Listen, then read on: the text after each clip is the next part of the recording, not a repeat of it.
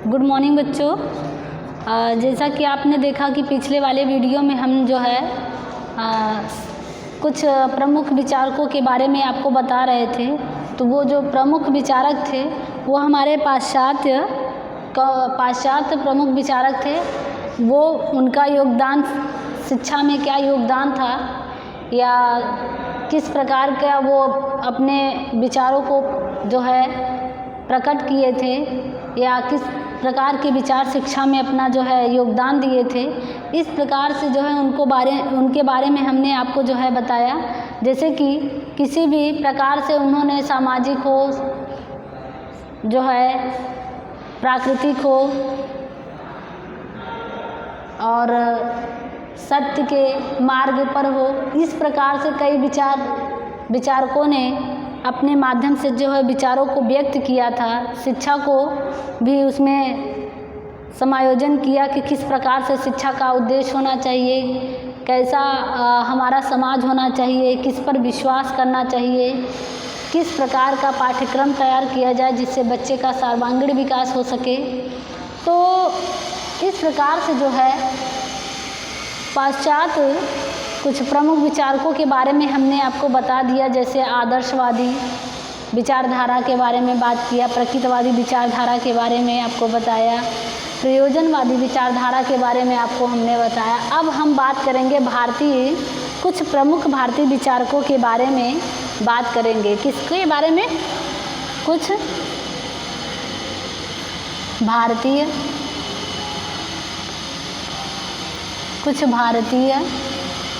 प्रमुख विचारक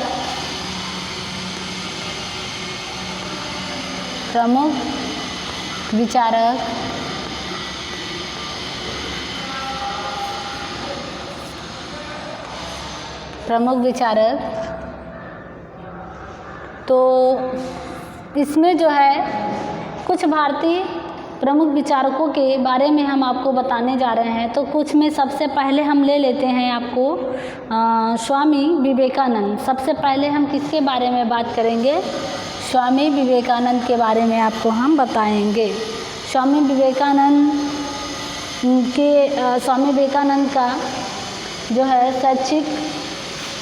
स्वामी विवेकानंद तथा उनका शैक्षिक योगदान क्या है उसके बारे में हम आपसे बात करेंगे। सबसे पहले पे हमारे कौन है? स्वामी विवेकानंद।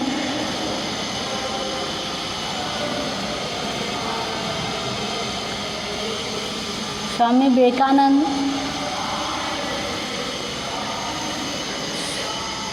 विवेकानंद तथा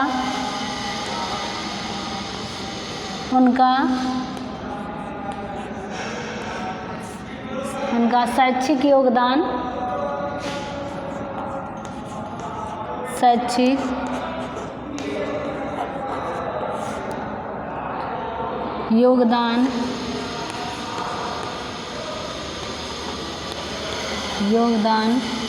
तो इनका देखेंगे कि स्वामी विवेकानंद का जीवन परिचय, मतलब सबसे पहले पढ़ेंगे कि स्वामी विवेकानंद का जन्म कहाँ हुआ था, उनके माता पिता का क्या नाम था, कहाँ के रहने वाले थे और उनके गुरु का क्या नाम था, किस आश्रम में वो रहकर अपनी पढ़ाई किए थे।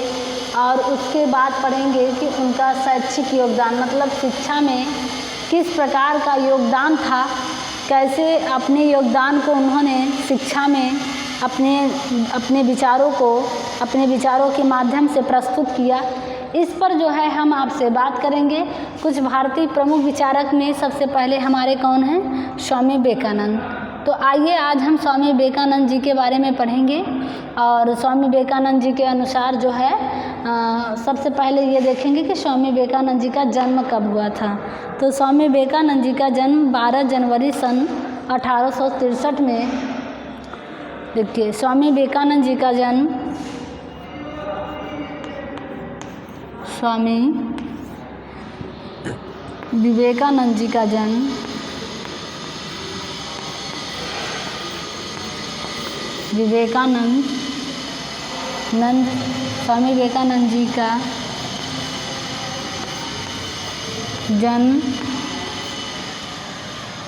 12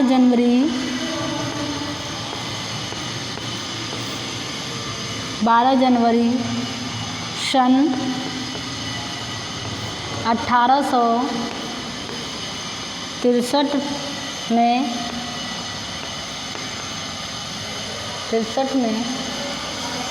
कलकत्ता शहर में हुआ था।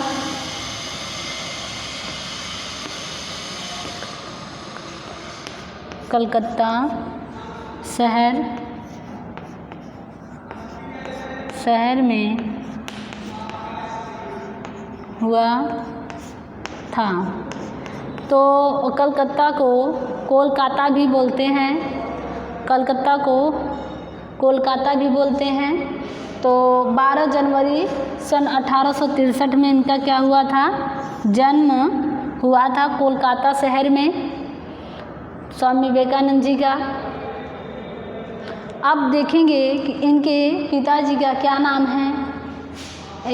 इनके पिताजी जो है क्या करते थे, शहर में रहकर किस प्रकार से इनकी जीवन यापन हुआ था, उसके बारे में हम बात आपसे करेंगे। उनका बचपन का नाम, चलिए जैसे स्वामी विवेकानंद जी हैं, बचपन में कई नाम होते हैं लोगों के। तो बचपन में इनके पिताजी इनको प्यार से नरेंद्र बोलते थे। क्या बोलते थे? इनका बचपन का नाम,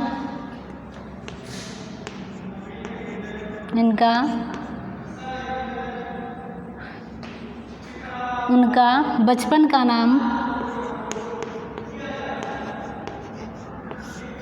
का नाम नरेंद्र दत्त था। नरेंद्र दत्त था। इनके बचपन का नाम क्या था? नरेंद्र दत्त। पहले इन्हें बचपन में लोग नरेंद्र दत्त के नाम से इनको पुकारते थे, नरेंद्र दत्त के नाम से बुलाते थे। और अब ये देखें, आगे हम जब शैक्षिक योगदान के बारे में पढ़ेंगे तो पता चलेगा कि इनका नाम स्वामी विवेकानंद जी कैसे पड़ा, कौन रखा, इसके बारे में हम जो है आपको बताएंगे। तो नरेंद्र के पिता श्री विश्वनाथ दत्त कलकत्ता, देखिए नरेंद्र के पिता का नाम नरेंद्र दत्त के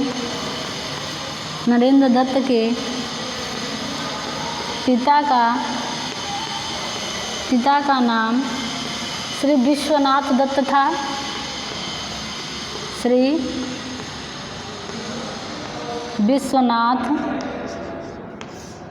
विश्वनाथ दत्त था। विश्वनाथ दत्त कोलकाता शहर में वकील थे। विश्वनाथ दत्त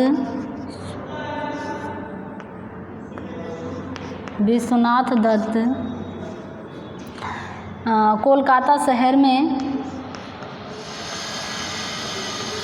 कलकत्ता कहिए या कोलकाता शहर में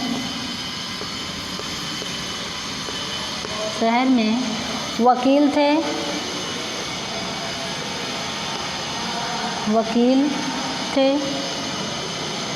इनके माता का नाम भुवनेश्वरी देवी था। उनकी माता का नाम भुवनेश्वरी देवी था।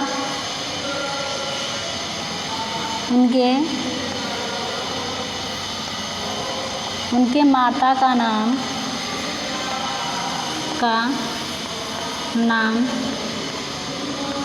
भुवनेश्वरी देवी था।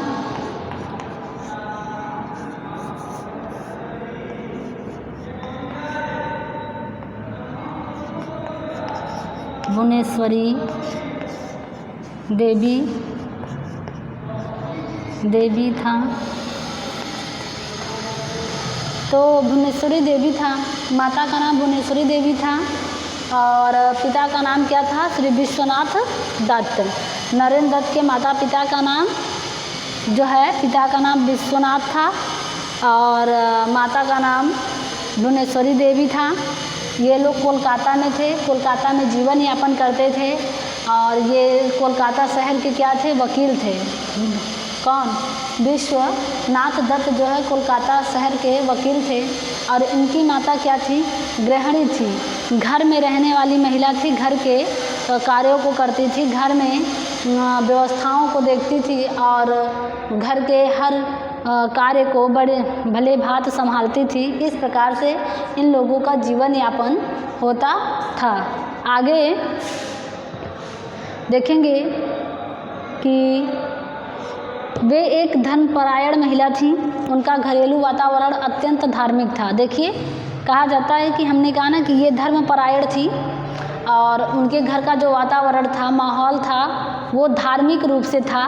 धर्म पर विश्वास करने वाले, मतलब इनकी माता थी, अपने धर्म के अनुसार पूजा पाठ करना, स्नान ध्यान करना, घर गृहस्थी को संभालना जो है, इस प्रकार से इनका, इसलिए ने बचपन में उनके घरेलू वातावरण अत्यंत धार्मिक था। इसलिए बचपन में ही धर्म कर्म पूजा पाठ तथा धार्मिक ग्रंथों के अध्ययन में उनकी रुचि उत्पन्न हो गई। जिसे कहा जाता है कि घर का अगर वातावरण सही होता, जिस प्रकार का घर का वातावरण होता है, बच्चा उसी प्रकार उस वातावरण में ढलने लगता है। तो नरेंद्र दत्त, जब बचपन का नाम स्वामी विवेकानंद जी का क्या था? नरेंद्र था। तो नरेंद्र जी के घर का जो वातावरण था वो धर्म कर्म पूजा पाठ में का वातावरण था। तो बचपन से ही नरेंद्र दत्त का जो स्वभाव था, व्यवहार था और उनका जो लोगों में धार्मिक प्रवृत्तियां थी उनकी, वो बचपन से ही था, क्योंकि उनके घर का वातावरण इस प्रकार से था कि उनको उसी वातावरण, वही वातावरण उनको अच्छा लगता था। वो भी उसी वातावरण में धर्म कर्म और पूजा पाठ पर विश्वास करते थे। इस प्रकार से नरेंद्र दत्त का बचपन में जो है जीवन यापन हो रहा था। बालक नरेंद्र दत्त नाथ बचपन में बहुत शरारती थे और इनका जो है धार्मिक ग्रंथों में रुचि बढ़ने लगी, पूजा पाठ में रुचि बढ़ने लगी धार्मिक ग्रंथों में। लेकिन बचपन में क्या थे? ये बचपन में बहुत ही शरारती थे। कहा जाता है कि बचपन में बच्चे शरारती होते ही हैं। ऐसा कोई बच्चा नहीं है कि जो बचपन में शरारती न करता हो, शरारत न करता हो, या वो किसी प्रकार का ऐसा कोई कार्य न करता हो जो उसे बचपन में याद दिलाए। तो नरेंद्र दत्त थे, नरेंद्र दत्त भी इसी प्रकार के थे, शरारती प्रवृत्ति के थे। लेकिन पूजा पाठ कर्म धर्म और ग्रंथों में उनकी रुचि भी थी और साथ साथ शरारत भी करते थे। शैतानी जिसे बोलते हैं कि बच्चे बड़े शैतान होते हैं या बहुत शरारती होते हैं, इस प्रकार से थे। अपने कॉलेज जीवन में वो बहुत चंचल तथा कुशाग्र बुद्धि के विद्यार्थी थे। मतलब कहा जाता है कि कॉलेज के जीवन, जब स्कूल में जाने लगे तो वहाँ पर बहुत चंचल तथा ये कैसे थे? चंचल प्रवृत्ति और कुशाग्र, मतलब बहुत तेज बुद्धि के और चंचल प्रवृत्ति के थे। नरेंद्र दत्त कॉलेज जीवन में अगर देखा जाए तो ये बहुत ही चंचल और कुशाग्र बुद्धि के थे। उस समय कॉलेज में तेज बुद्धि और चंचल हर चीज़ में इनका जो है भागीदारी होता था। तो इससे लगता है ना कि बच्चे में बड़ी चंचलता और कुशाग्रता है, बहुत तेज बुद्धि का है। तो इस प्रकार से नरेंद्र दत्त यानी स्वामी विवेकानंद जी के जीवन, कॉलेज के जीवन में, कॉलेज यापन मतलब जब कॉलेज जाते थे तो उस प्रकार से जो है उनका कॉलेज में बड़ा नाम होता था कि यह बहुत चंचल बच्चा है और बालक है, कुशाग्र मतलब बहुत तेज बुद्धि का है। तो इस प्रकार से लोगों में देखने को मिलता था या लोग उसे कहते थे और इस प्रकार के नरेंद्र दत्त थे। तो उसके बाद ये हर चीज़ में भाग लेते थे। कॉलेज के ऐसा कोई भाग नहीं था जिसमें ये भाग नहीं लेते थे। हर खेल में वह भाग लेते थे। कुश्ती, तैराकी, मुक्केबाजी, घुड़सवारी आदि में जो है भाग लेना उनका स्वभाव का अंग बन गया था। जैसे कोई भी, चाहे तैराकी होता था, चाहे मुक्केबाजी होता था, घुड़सवारी होता था, इन सब में कुश्ती होता था, इन सब में भाग लेना उनका एक अंग बन गया था, उनका स्वभाव का एक अंग बन गया था। कोई ऐसा खेल नहीं होता था जिसमें ये भाग न लेते थे, सभी खेलों में ये भाग लेते थे। तो इस प्रकार से विद्यार्थी जीवन में नरेंद्र अपने सुंदर स्वस्थ शरीर, प्रखर प्रतिभा तथा तर्कपूर्ण बातचीत के कारण अत्यंत लोकप्रिय थे। अच्छा, इनकी पर्सनालिटी भी काफ़ी अच्छी थी। तो लोग अपने प्रतिभा मतलब अपने स्वस्थ शरीर के प्रतिभा से, सुंदर शरीर के प्रतिभा से जो है लोगों को आकर्षण कर लेते थे, तर्कपूर्ण ये बातचीत भी करते थे, इसलिए ये लोगों के बीच क्या थे, बहुत लोकप्रिय थे। लोग इन्हें बहुत पसंद करते थे, चाहे टीचर होते थे, चाहे बच्चे होते थे, सहपाठी होते थे, लोग इन्हें क्या करते थे, बहुत ही ज़्यादा इन्हें क्या करते थे, पसंद करते थे। तो इस प्रकार से जो है नरेंद्र दत्त का जो है बचपन में जीवन यापन होता था। एक बार उनके प्रधानाचार्य ने उनके विषय में कहा था, मतलब उनके विषय में स्वामी विवेकानंद जी यानी नरेंद्र दत्त के विषय में उनके प्रधानाचार्य ने उनके बारे में बतलाया था। क्या बतलाया था? जैसे कहा था, नरेंद्र दत्त वास्तव में प्रतिभाशाली है। मैं बहुत दूर दूर तक घूमा हूँ, परंतु ऐसी योग्यता और संभावना वाले किसी बालक के दर्शन मैंने नहीं किए। वह निश्चय ही जीवन में यश प्राप्त करेगा। नरेंद्र दत्त नाथ दर्शन और काव्य में गहरी रुचि रखते थे। किसमें? नरेंद्र दत्त काव्य और दर्शन में गहरी रुचि रखते थे। और उनके जो प्रधानाचार्य थे उन्होंने कहा कि हम बहुत दूर दूर तक घूम आए हैं, लेकिन ऐसा बालक अभी तक हमने नहीं देखा, यह अपने जीवन में यश कीर्ति जरूर प्राप्त करेगा। इस प्रकार से उनके प्रधानाचार्य ने भी उनके बारे में या उनके विषय में बतलाया था, लोगों से इस प्रकार से उन्होंने कहा भी था। तो आगे है कि 17 वर्ष की अवस्था में नरेंद्र दत्त या नरेंद्र नाथ स्वामी रामकृष्ण परमहंस के संपर्क में आए।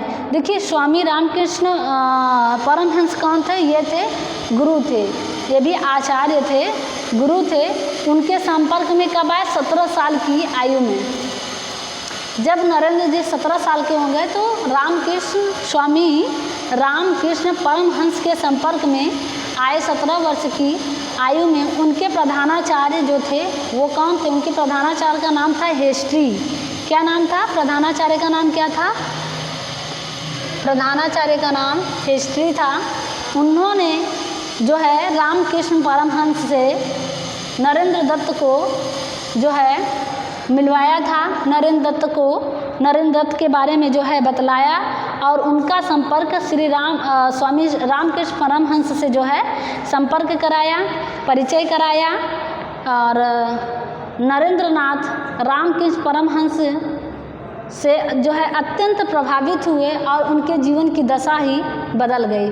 जब उनके प्रधानाचार्य नरेंद्र दत्त के प्रधानाचार्य नरेंद्र नाथ दत्त के प्रधानाचार्य ने हेस्ट्री ने जो है उन्हें स्वामी रामकृष्ण परमहंस से जब मिलवाया तो वो उनसे जो है रामकृष्ण परमहंस से नरेंद्र दत्त बहुत ही प्रभावित हुए और उनका जीवन ही जैसे बदल गया। इस प्रकार से उन्होंने स्वामी विवेकानंद जी ने अपने जीवन में इस प्रकार से अनुभव करना शुरू कर दिए कि जैसा लगता है कि मेरा जीवन ही बदल गया। इस प्रकार से जो है रामकृष्ण परमहंस के भक्त बन गए।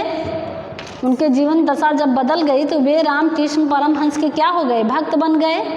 सन 1886 में उनके गुरु रामकृष्ण परमहंस का देहवासन हो गया। कहा जाता है कि जब उनके संपर्क में आए, कुछ दिनों तक उनके संपर्क में रहे, उनके द्वारा दिए गए शिक्षा का अनुसरण किए। उसके बाद 1886 में सन 1886 में रामकृष्ण परमहंस का क्या हो गया? उनके गुरु का देहवासन हो गया, यानी मृत्यु हो गया। तो उनके गुरु का मृत्यु कब हुआ था? 1886 में। स्वामी विवेकानंद जी के गुरु का जो मृत्यु हुआ था वो 1886 में हुआ था। और उसके बाद ये सन 1887 में अपने गुरु की प्रेरणा से नरेंद्र नाथ ने संन्यास ग्रहण कर लिया और वे नरेंद्र नाथ से स्वामी विवेकानंद जी बन गए।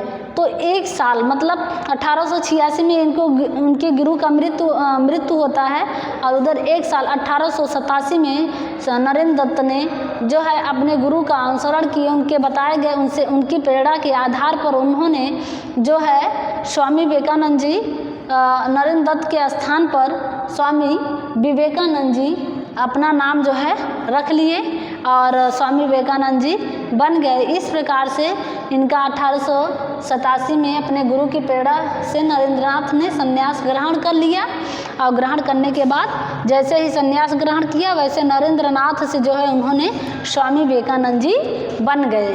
तो आगे इस प्रकार से जो है स्वामी विवेकानंद जी ने अपने गुरु की स्मृति में आगे हम देखेंगे कि क्या क्या उनके गुरु ने जो है उनकी प्रेरणा दी थी, उनको क्या क्या बताया था, उस प्रेरणा के आधार पर उन्होंने किस चीज़ का जो है निर्माण किया और कितने अपने गुरु का पालन किया, कितना सम्मान करते थे वो।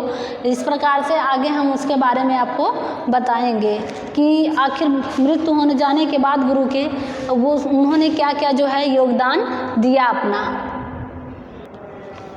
हाँ, तो इस प्रकार से जो है हम आगे देखेंगे कि गुरु की मृत्यु हो जाने के बाद देवासन हो जाने के बाद उन्होंने किस किस में योगदान दिया, इसके बारे में जो है हम आपको बताएंगे। जैसे स्वामी विवेकानंद जब नरेंद्र दत्त संन्यास लिए तो नरेंद्र दत्त से उन्होंने स्वामी विवेकानंद जी बन गए। तो उसके बाद स्वामी विवेकानंद जी ने क्या योगदान दिया अपने गुरु के स्मृति में, क्या क्या उन्होंने जो है स्थापित किया, क्या क्या निर्माण किया, इसके बारे में जो है हम आपको बताएंगे। तो स्वामी विवेकानंद जी अपने गुरु की स्मृति में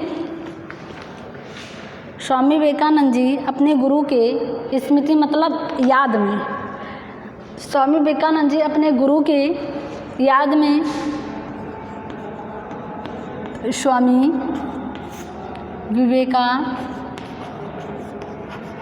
विवेकानंद जी ने अपने गुरु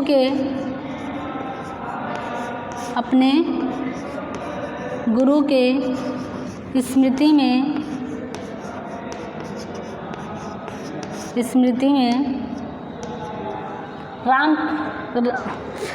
रामकृष्ण यानी रामकृष्ण परमहंस यानी कृष्ण मिशन का जो है इन्होंने रामकृष्ण मिशन का स्थापना किया। रामकृष्ण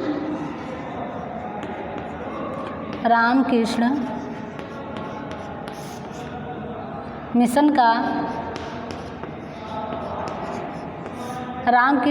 का इन्होंने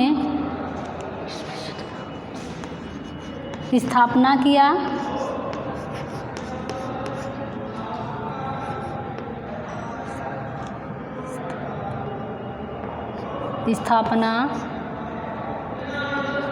किया। तो सबसे पहले इन्होंने क्या किया, गुरु के याद में या गुरु के स्मृति में उन्होंने रामकृष्ण मिशन का क्या किया, स्थापना किया या स्थापित किया मतलब उसका निर्माण किया इन्होंने। और उसके बाद जो है सन 1888 में एक परिव्राजक के रूप में इन्होंने वेदांत के उपदेशों का पूरे भारत में प्रचार किया। किसके 1888 में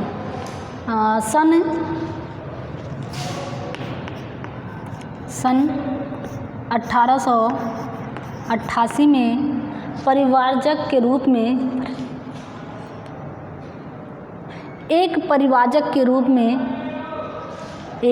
सन 1888 में एक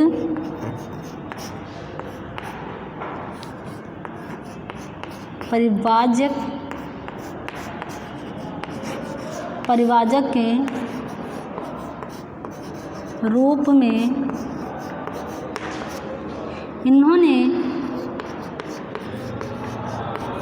इन्होंने वेदांत के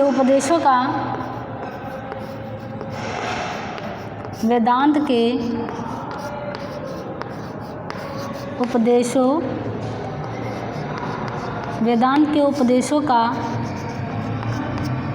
पूरे भारत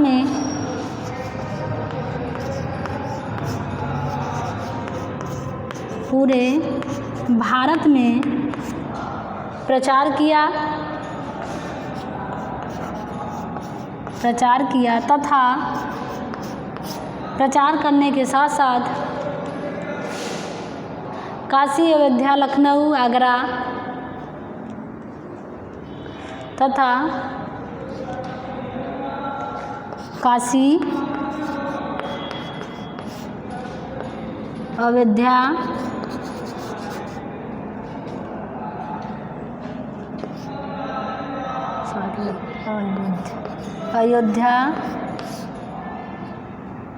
आगरा, लखनऊ,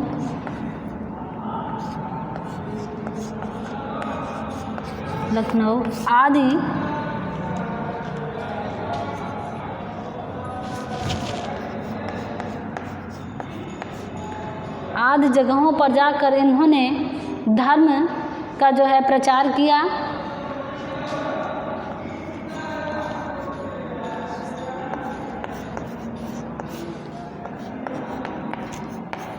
जाकर प्रचार किया।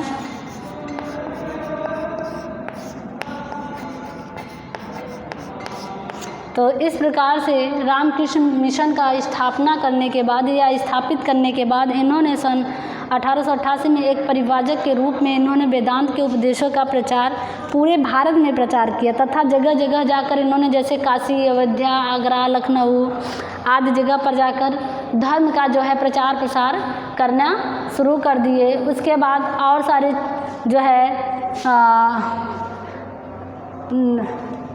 और सारे मिशन का इन्होंने स्थापना किया था और जहाँ भी जाते थे ये पैदल ही जाकर धर्म का जो है प्रचार प्रसार किया करते थे। इस प्रकार से स्वामी विवेकानंद जी के गुरु के प्रेरणा से उन्होंने कई जगहों पर जो है अपने गुरु के उपदेशों का पालन करके धर्म प्रचार में लग गए और धर्म के ऐसा नहीं था कि धर्म के और जो है सिर्फ एक ही जगह भारत में ही नहीं बल्कि और विदेशों में भी जाकर अपने धर्म का जो है प्रचार प्रसार किया करते थे और अपने धर्म के बड़े ही अनुयायी थे। इस प्रकार से उन्होंने धर्म के कई भागों को जैसे वेदांत हो गया, वेद हो गया, इन सब के बारे में अच्छे अच्छे जो है भाषण किया करते थे और जगह जगह पर जाकर अपने जो है व्याख्यान दिया करते थे। इस प्रकार से स्वामी विवेकानंद जी ने जो है धर्म प्रचार में लगे हुए थे।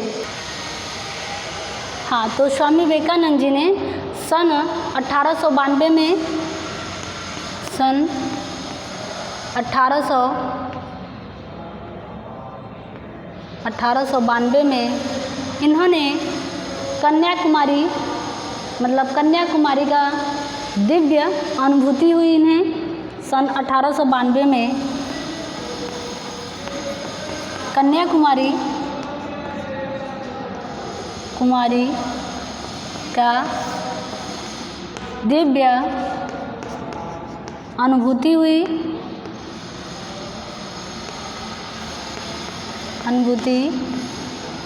हुई। इस प्रकार 1897 में नहीं 11 सितंबर सन 1893 में सन 1893 में सर्वधर्म सभा में शिकागो अमेरिका का एक बहुत बड़ा सा शहर है। उस शहर का नाम क्या है? 1893 में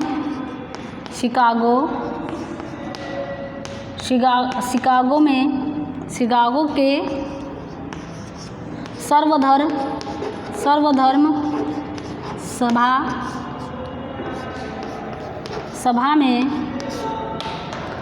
सर्वधर्म सभा में भाग लिए। भाग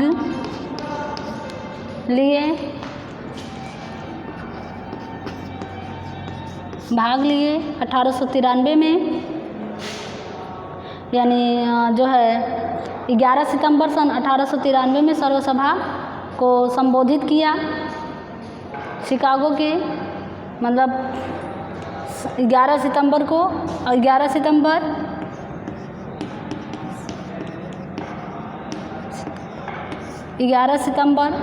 सन 1893 शिकागो के सर्वधर्म सभा में भाग लिए या इसको संबोधित किया।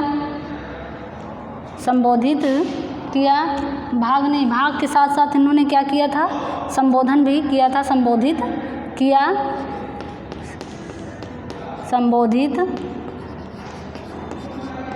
संबोधित किया, संबोधित किया। इस प्रकार उन्होंने वेदांत दर्शन का अद्भुत व्याख्यान किया। उन्होंने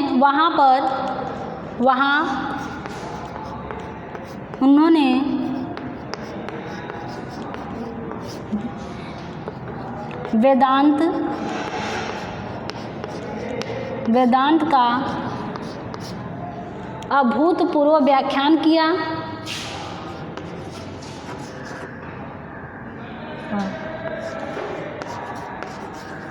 अभूतपूर्व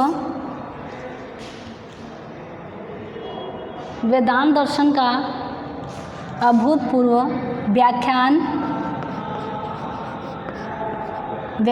किया। कहने का मतलब है वेदांत दर्शन के बारे में इन्होंने अभूतपूर्व व्याख्यान दिया जो लोगों को बहुत पसंद आया।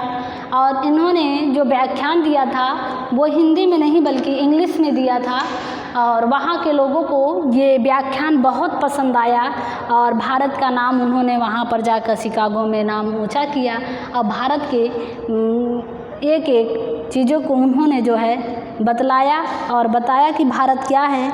भारत जैसा देश जो है कई देशों का जो है ये सबसे ऊंचा देश है और इसमें जो धर्म से संबंधित और जो नैतिक से संबंधित चीज़ें हैं वो किसी देश में नहीं पाया जाता। इस प्रकार से इन्होंने अभूतपूर्व व्याख्यान जो है शिकागो में सन 11 सितंबर सन 1893 में इन्होंने धर्म सभा में भाग लिया और भाग को संबोधित किया। इस प्रकार से स्वामी विवेकानंद जी ने जो है सन 1897 में इंग्लैंड, स्विट्ज़रलैंड, जर्मनी एवं फ्रांस गए।